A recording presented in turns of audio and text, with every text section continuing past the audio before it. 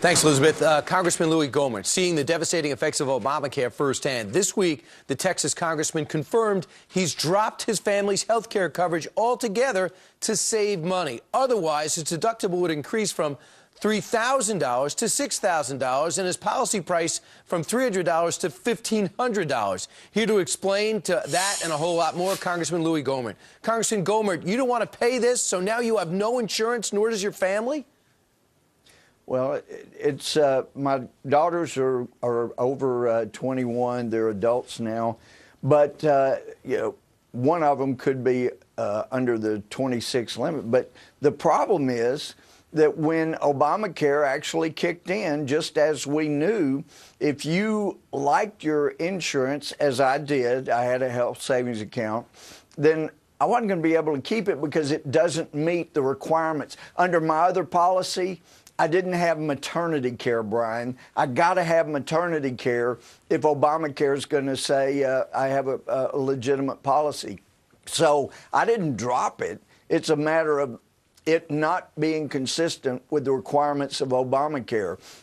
And since my wife and I are paying off our kids' college loans, because if I had not run for public office, if I'd stayed in the private sector, their college was taken care of.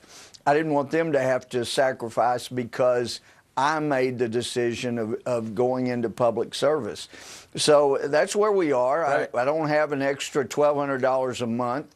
And we are setting money aside in the event we need it. But, Brian, don't forget, 40 years ago, hardly anybody in the country had health insurance.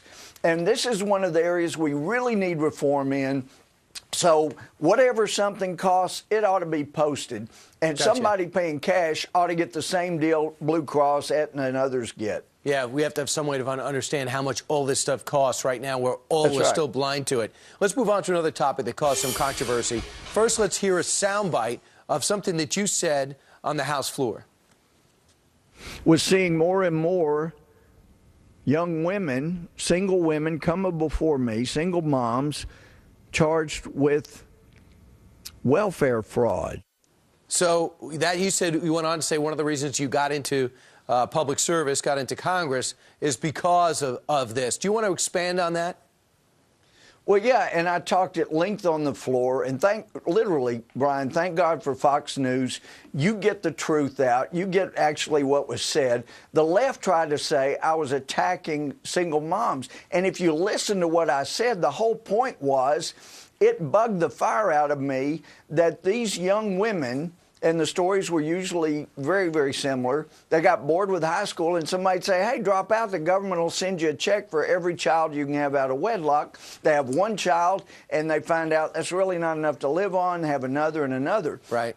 Now, fortunately, everybody didn't do that. But what got me is, for so many young women, the government, meaning well, lured them into a hole or rut they couldn't get out of without having to try to cheat and get a job and keep the welfare. So let me just say real quick, this is the critics were saying. It's the government's fault. They misconstrued what you said. It's the government's fault. And they misconstrued what you said. Here's what MSNBC said.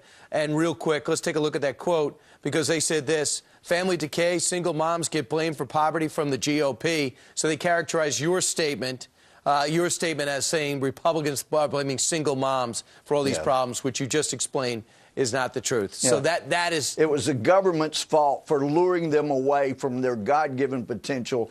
We need to encourage and incentivize young women, not declare war on them by leading them into ruts like the Democrats did. You want to see who cares? It's the people that try to help them reach their potential, not lure them into a servitude away from it. All right. And so the problem is the government, not those single moms. But now you're in public service and you have a law degree and was a judge, but now you're doing this. Congressman, thanks so much for joining us.